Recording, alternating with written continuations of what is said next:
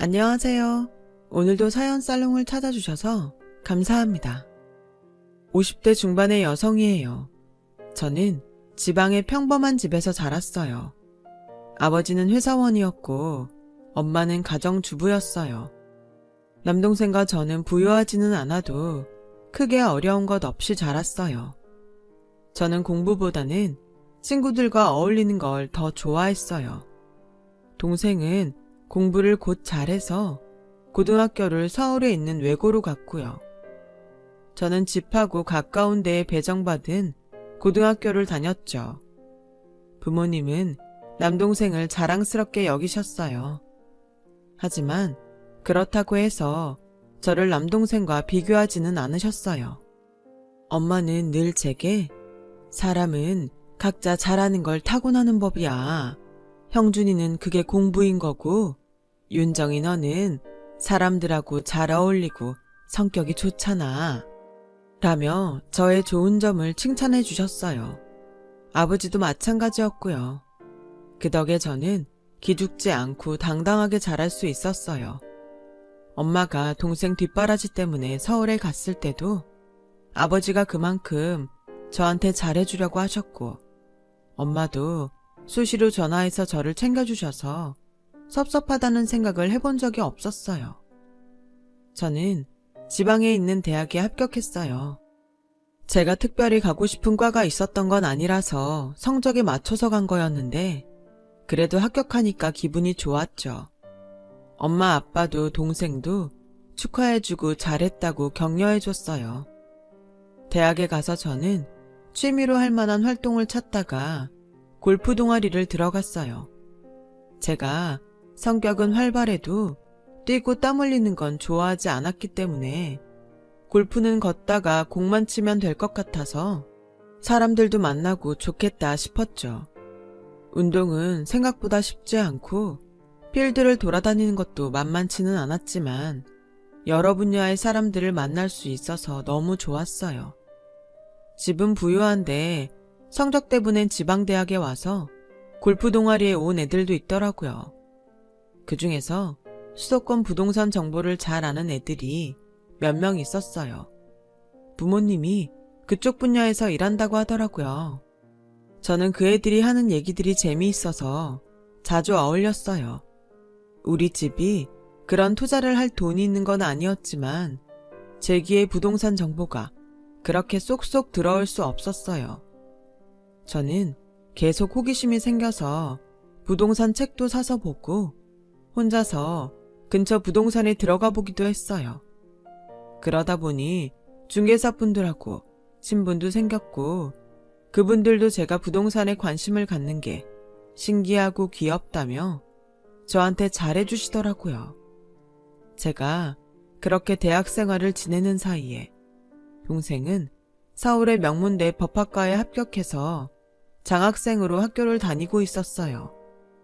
부모님은 동생에게 많은 기대를 하셨죠.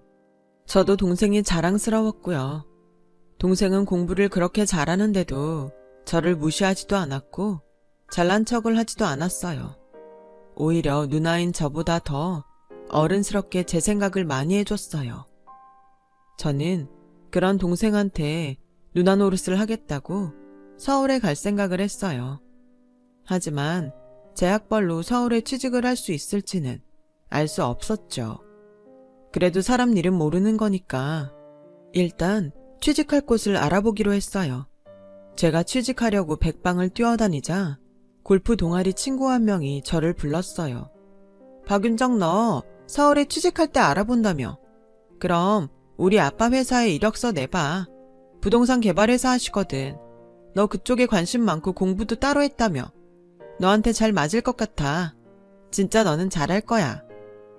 그 말에 저는 그 친구네 회사 말고도 다른 부동산 회사에도 원서를 넣었어요.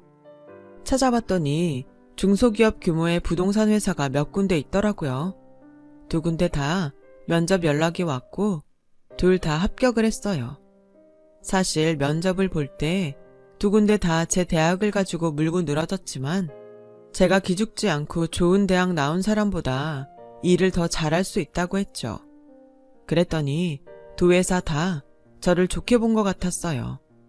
저는 친구네 회사에 가기로 했어요. 친구가 있어서는 아니고 두 회사를 비교해 봤는데 사원 복지도 그렇고 회사 자산도 친구네 회사가 더 좋았거든요. 친구도 제가 자기네 회사에 온다며 되게 좋아하더라고요. 제가 서울에 올라오자 엄마는 이제 안심이라며 저와 동생이 한 집으로 이사하는 걸 보고 아빠한테 내려가셨어요. 회사 일은 재미있었는데 무엇보다도 사수와 함께 현장에 가는 일이 좋았어요. 사람들을 만나고 이야기를 하며 협상을 끌어내는 걸 좋아하다 보니 이 일이 딱 제 천직처럼 느껴졌어요. 그렇게 일에 빠져서 지내다 보니 입사한 지 2년이 넘었더군요. 저는 그 무렵에 투자처에 계시는 분한테 남자를 소개받게 됐어요. 그 남자는 제 동생과 과는 다르지만 같은 대학을 나와서 좋은 회사에 다니고 있었어요. 저는 동생과 같은 대학을 나왔다는 사실만으로도 친근감을 느꼈어요. 남자는 제가 성격이 밝고 자신감이 있는 게 마음에 든다고 했어요. 저는 그 사람이 냉철하고 지적인 게 끌렸고요. 남자 부모님은 부동산 쪽에 투자를 하셔서 꽤 많은 돈을 모았다고 하더라고요. 남자는 넉넉한 가정에서 자라서 그런지 취향이 고급스러웠어요. 저한테는 그런 것도 매력적으로 느껴졌어요. 지금 생각하면 좀 철이 없었던 것 같아요. 20대에 막 돈을 벌기 시작한 때라서 어린 마음에 부티나는 게 좋아 보였나 봐요. 저와 남자는 1년 반 정도 사귄 후 결혼을 하기로 했어요. 남자 어머니는 딱 보기에도 부잣집 만화님 같았죠. 머리끝부터 발끝까지 명품으로 감싼 데다가 똑똑해 보이기까지 했거든요. 그분은 제가 부동산 회사에 다니는 게 마음에 들었다고 솔직하게 말씀하시더라고요. 우리 재성이 정도면 더 좋은 신부감도 찾을 수 있어. 그건 윤정 씨도 인정하지? 그래도 윤정 씨가 땡땡 회사에 다니니까 그거 하나 본 거야. 그 회사가 그쪽 업계에서는 탄탄하고 괜찮은 거 우리도 잘 알거든. 우리도 며느리한테서 원하는 거 얻을 수도 있고 윤정 씨도 우리 아들 좋아해서 결혼한 거니까 서로 좋잖아? 라고 하는 게 계산적으로 들리기는 했지만 말투도 그렇고 행동도 굉장히 교양 있었죠. 시댁분들이니까 좋게 보이려고 노력했습니다. 상견례 때 부모님한테도 예의에 어긋나는 행동은 없었거든요. 하지만 결혼하고 보니 시어머니는 학벌을 엄청 따지는 사람이었어요. 동생은 그렇게 좋은 대학 가서 사법고시도 패스했다며 너는 왜 지방대를 나왔어? 집이 어려워서 네가 동생 위해서 희생한 거야? 그런 게 아니면 학교 다닐 때 공부 되게 안 했나 보네. 머리가 나쁜 건 아닌 것 같은데? 라고 친척들이 있는 데에서도 거침없이 말하곤 했어요. 처음에 한두 번은 그러려니 했는데 시어머니 친구분들이 제 앞에서도 학벌을 가지고 뭐라고 하니까 기분이 좀 안 좋았어요. 어머니, 제가 재성씨보다 학벌 안 좋은 건 사실이지만 그래도 이제 남들 앞에서 그만 말씀하셨으면 좋겠어요. 제가 못 다닐 학교 나온 것도 아니고요. 나름 그래도 공부하는 애들 간 대학이에요. 그리고 저 거기 나왔어도 회사 잘 취직해서 다녔고요. 어머니가 자꾸 그러시니까 제가 마음이 안 좋네요. 뭘 그런 걸 가지고 그래. 내가 없는 말 한 것도 아니잖아. 나는 네가 결혼 잘했다는 얘기를 한 거야. 다른 뜻 없어. 네 학벌로 우리 재성이처럼 좋은 대학 나온 사람 만났으면 시집 잘 온 거잖아. 내 말이 틀렸어? 너 그거 다 자격지심이고 열등감이야. 고쳐야 돼. 어머니, 저 열등감 같은 거 가져본 적 없어요. 제 동생이 저보다 좋은 대학 다닌다고 기죽어 본 적도 없고요. 어머니가 너무 제가 나온 대학을 안 좋게 얘기하시잖아요. 저는 그거에 대해 말씀드리는 거예요. 그게 열등감이라고.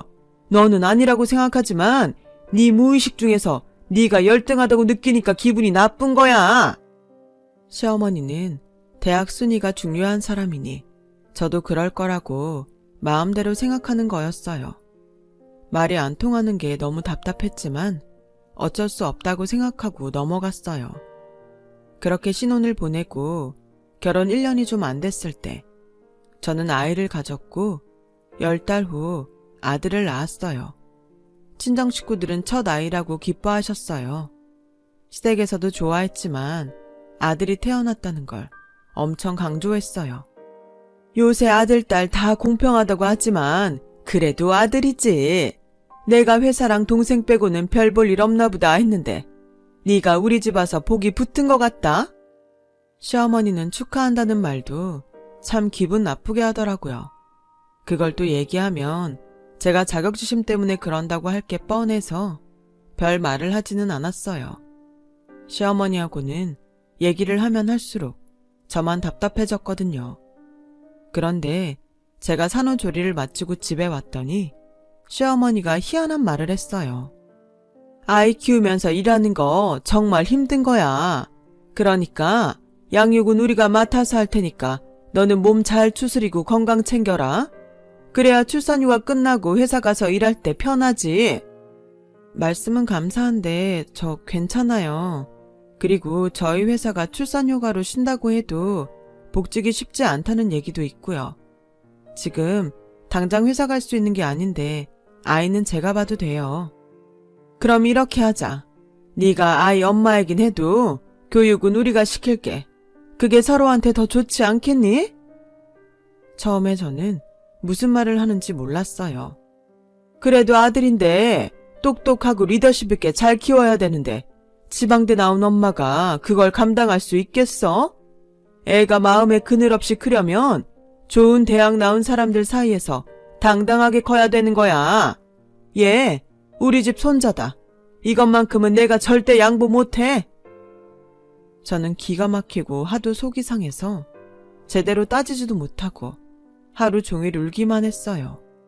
저녁에 집에 온 남편은 그런 저를 보더니 엄마가 키워주신다고 하면 우리도 편하고 좋지 뭘 그래. 그냥 좋게 생각해.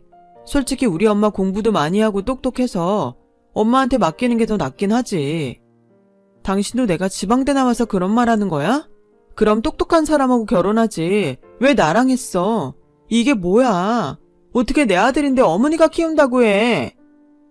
다른 집은 시어머니가 아이 키워준다고 하면 좋다고 하는데 당신은 왜 울고불고 난린지 모르겠네.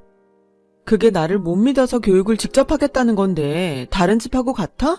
어떻게 대학 하나 가지고 사람을 이렇게까지 무시할 수가 있어? 그러게, 당신도 공부 좀 열심히 해서 좋은 대학 나오지 그랬어. 라는 남편의 말에 저는 절망했어요. 그제서야 저는 그 사람과 결혼한 걸 후회했죠. 똑똑하고 지적인 것보다 더 중요한 게 사람 됨됨이었는데 그걸 너무 늦게 깨달았던 거예요. 친정에 말하면 부모님이 놀랄까봐 말도 못하고 혼자 속을 썩이는 동안 아이는 일주일에 5일은 시댁에 가 있게 됐어요. 저는 그때 이혼을 생각해 본 적이 없었기 때문에 어떻게 하면 이 문제를 해결할 수 있을지 그것만 생각했어요. 그러다가 김장철이 됐고 시어머니는 김장을 하라고 저를 부르시더군요. 일주일에 이틀 보던 아들을 하루 더 볼 수 있다는 생각에 저는 불이 나게 갔어요. 50포기가 넘는 김장 속을 혼자 만들면서도 저는 그게 힘든 줄 모르고 온통 아들한테만 신경이 쏠렸어요. 시어머니는 아들을 잘 안아주지도 않고 영어 알파벳 모형을 앞에 놓고 자꾸 큰 소리로 읽어주더라고요. 태어난 지 얼마나 됐다고 저렇게 극성을 부리는지 이해가 안 됐어요. 그러다가 시어머니가 잠깐 자리를 비웠는데 혼자 소파에 아무런 안전장치도 없이 앉아있는 아들이 너무 위태로워 보여서 저는 얼른 아이를 포대기로 들쳐 업고 다시 부엌으로 갔어요. 속 양념을 다 섞어서 배추 안에 차곡차곡 넣는데 뒤에서 갑자기 누가 제 머리채를 확 잡아당기더라고요. 너 누가 내 손자 그렇게 업을 했어? 이러면 다리 휘어져서 얼마나 미워지는지 알아? 하긴 무슨 공부는 제대로 했겠어. 그딴 대학 나온 거 보면 뻔하지. 당장 아이 내려놓지 못해! 라고 시어머니가 소리를 질렀고 아들은 놀라서 울기 시작했어요. 어머니가 소리 지르시니까 애가 울잖아요. 그리고 현수 소파 위에 위험하게 올려놓고 나가신 건 어머니예요. 애가 혼자 있는 게 위험해 보여서 제가 업고 일하는 건데 거기서 대학이 왜 또 나와요? 어머니는 공부도 많이 하신 분이 애 혼자 소파 위에 두면 안 된다는 것도 모르세요? 야, 너같이 무식한 게 어따 대고 큰 소리야. 네가 뭔데 그딴 말을 해? 나 현수 엄마예요. 얘는 내 아들이라고요. 저는 너무 화가 나서 고무장갑을 벗어 던지고 그대로 아이를 업고 시댁을 나와버렸어요. 남편은 제가 자기 엄마한테 대들었다고 길길이 뛰었고 저는 오만정이 다 떨어졌어요. 너 당장 우리 엄마한테 사과해. 안 그러면 나 너 용서 못해. 내가 뭘 잘못했다고 용서하네 마네 그러는 거야. 나도 이제 더는 못 참아. 당장 이 집에서 나가. 너처럼 무식하고 상식 없이 구는 여자랑은 나 못 살아. 내가 뭘 상식 없이 굴었다는 거야. 상식 없는 건 당신의 집구석이야. 말 진짜 상스럽게 하네. 그럼 시어머니한테 소리 지르고 일하다 말고 뛰쳐나오는 게 상식 있는 거야? 그런 기본적인 예절도 모르면서 뭘 어쩌고저쩌고 하는 거야. 아, 엄마가 결혼 다시 생각해보라고 했을 때 그 말을 들었어야 했는데. 나야말로 당신 엄마가 나를 무슨 지네 집 도구처럼 원하는 걸 얻을 수 있다는 둥 그런 말 할 때 관둬야 했어. 라고 말한 뒤에 아이와 함께 친정으로 왔어요.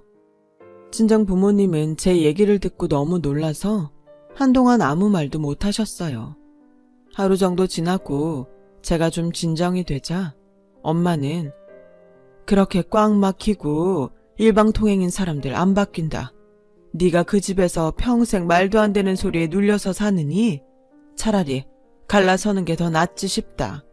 마음고생 안 하는 게 제일이야. 너하고 현수하고 행복하면 우리는 그걸로 됐어. 미안해 엄마. 그리고 고마워. 라며 엄마와 부둥켜 안고 펑펑 울었어요. 동생은 검사가 돼서 지방으로 가 있어서 직접 보지는 못했지만 동생도 제 얘기를 듣고 같이 화내주고 제 편이 되어주었어요. 이혼할 때 시댁에서 아들을 데려가려고 엄청 애를 썼지만 저한테 귀책 사유가 있는 게 아니었기 때문에 아이 양육권은 제가 가져올 수 있었어요. 저는 아이를 키우기 위해 회사에 복직을 알아봤어요. 그러자 친구한테서 연락이 온 거예요. 아마 네가 있던 부서에서는 너한테 복직 어렵다고 할 수 있어. 우리 회사도 그렇고 회사들이 다 결혼하고 애 낳은 여자들은 별로 반기질 않잖아. 그건 어쩔 수 없는 것 같아. 그래서 말인데 영업전략팀에 복직하는 대신 네가 내 개인 비서를 해주면 좋겠어. 안 그래도 나 실무가 늘어서 같이 다닐 사람 필요했거든. 친구는 지금 그 회사의 상무직책을 맡고 있었어요. 아버지가 대표이고 친구한테 물려줄 생각이라서 그런지 승진도 엄청 빨리 된 것 같더라고요. 저는 그렇게 1년 반 만에 친구의 비서가 돼서 회사에 돌아갔어요. 친구는 제 부동산 투자에 대한 정보를 보는 안목과 촉을 믿고 항상 저한테 의논을 했어요. 저도 믿어주는 친구가 고마워서 더 열심히 공부하고 분석해서 정확한 예측을 하려고 노력했고요. 그렇게 열심히 한 덕에 제가 추천해서 투자한 곳들이 좋은 성과를 냈어요. 친구는 회사에서 공개적으로 제 능력을 칭찬하고 제가 인정받을 수 있게 해줬어요. 저는 친구의 추천으로 새로운 개발 상권을 위해 만든 특별팀에 팀장으로 뽑혔어요. 회사에서도 제 능력이라면 맡겨볼 만하다며 잘 해달라고 했고요. 저는 밤낮으로 그 일에 매달렸어요. 아이는 거의 친정 부모님이 돌봐주셨죠. 저는 적정한 금액의 좋은 자리를 계약했고 거기에 우리 회사 건물을 짓게 됐어요. 좋은 가격에 분양도 마쳤고요. 그 자리가 교통요지라서 금세 값이 오르기 시작하더군요. 그 일이 잘 된 덕에 저는 영업 전략 부장으로 승진했고요. 그렇게 되기까지 10여 년의 세월이 흘렀죠.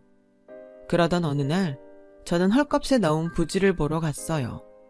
위치도 나쁘지 않고 건물도 괜찮은데 왜 그렇게 싸게 나왔는지 궁금해서 중개사한테 물어봤죠. 여기 주인이 어디서 사기를 당해가지고 돈을 홀딱 까먹어버렸지 뭐예요. 그러게 욕심을 좀 부렸어야지. 싼 값에 수도권 노른자 땅을 살 수 있다는 말에 완전 넘어갔는데 요즘 수도권 싼 데가 어딨다고. 아무리 개발이 덜 된 데라도 그렇지. 그렇게 오래 이쪽 일로 돈 벌었어도 너무 욕심을 부리면 판단력이 흐려져요. 사람이 한순간에 무너진다니까요. 저는 일단 회사로 와서 좀 더 분석을 해본 다음에 그 부지를 살지 결정하기로 했어요. 개발은 이미 들어간 곳이었기 때문에 어느 정도 오를 만큼 오르긴 했지만 지금 부른 가격이면 나쁘지 않을 것 같았어요.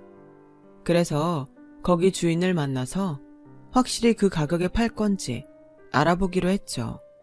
아니나 다를까 중개사를 통해서 저희가 만나자고 했더니 살 마음이 있다는 걸 눈치채고 가격을 올려서 불렀다고 하더라고요.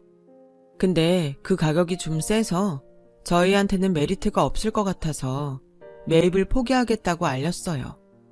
그러고서 며칠이 지난 후 제가 밖에 있는데 사무실로 그 부지 주인이 찾아왔다는 연락을 받았어요. 제가 실무자 중에는 직위가 제일 높으니까 저를 꼭 좀 만나서 얘기를 하고 싶다고 했다는 거였어요. 저는 볼 일을 다 본 후에 사무실로 돌아가서 그 사람을 만나기로 했어요. 사무실에 들어간 저는 그 부지 주인을 보고 놀랐어요. 바로 전 시어머니였거든요. 토지 대장에 있던 주인 이름은 시어머니가 아니라서 어떻게 된 건가 했더니 자기 여동생 이름을 빌려서 차명 소유를 하고 있었던 거였어요. 네가 여기 실무자 중 제일 높다고 해서 꼭 너를 만나게 해달라고 했다. 이렇게 다시 일을 한 줄 알았으면 진작에 연락을 했을 텐데 이제라도 알게 돼서 정말 다행이야. 저는 그쪽이 실소유자인 거 알았으면 만나지도 않았을 거예요. 그리고 차명 소유권은 골치 아파서 거래 안 합니다. 꼭 그렇지만은 않잖아. 나도 이쪽 일 많이 해봐서 잘하는데 뭘 그렇게 말해. 그러지 말고 우리 부지 매입 다시 생각해주면 안 될까? 내가 금액은 조금 낮출 의향이 있어. 글쎄 저희 회사는 그런 땅 거래 안 한다고요. 그리고 조금 낮출 의향이 있긴 뭘 있어요. 우리 회사에 못 팔면 다른 데에 팔지도 못할까봐 이렇게 직접 찾아와서 부탁하면서도 자존심을 세워요. 이쪽 일 많이 해봐서 잘 안다고요. 저는 부장을 그냥 친구 백으로 단 줄 아세요? 저 예전에 덱한테 애 맡길 때처럼 호락호락하지 않아요. 그러니까 그만 돌아가세요. 라고 말하자 시어머니는 제 앞에서 손을 모으며 빌다시피 했어요. 제발 이렇게 부탁할게. 우리 좀 도와줘, 윤정아. 아니, 부장님 다시 한번 검토해 주세요. 자꾸 이러시면 경비 부를 거예요. 그러니까 좋게 말할 때 가세요. 그제서야 시어머니는 어쩔 수 없이 사무실을 나갔어요. 하지만 다음 날에도 또 찾아왔고 그래도 안 되자 그 다음 날에는 전 남편과 같이 왔더라고요. 이렇게 만나게 될 줄 몰랐네. 잘 지낸 것 같아서 다행이다.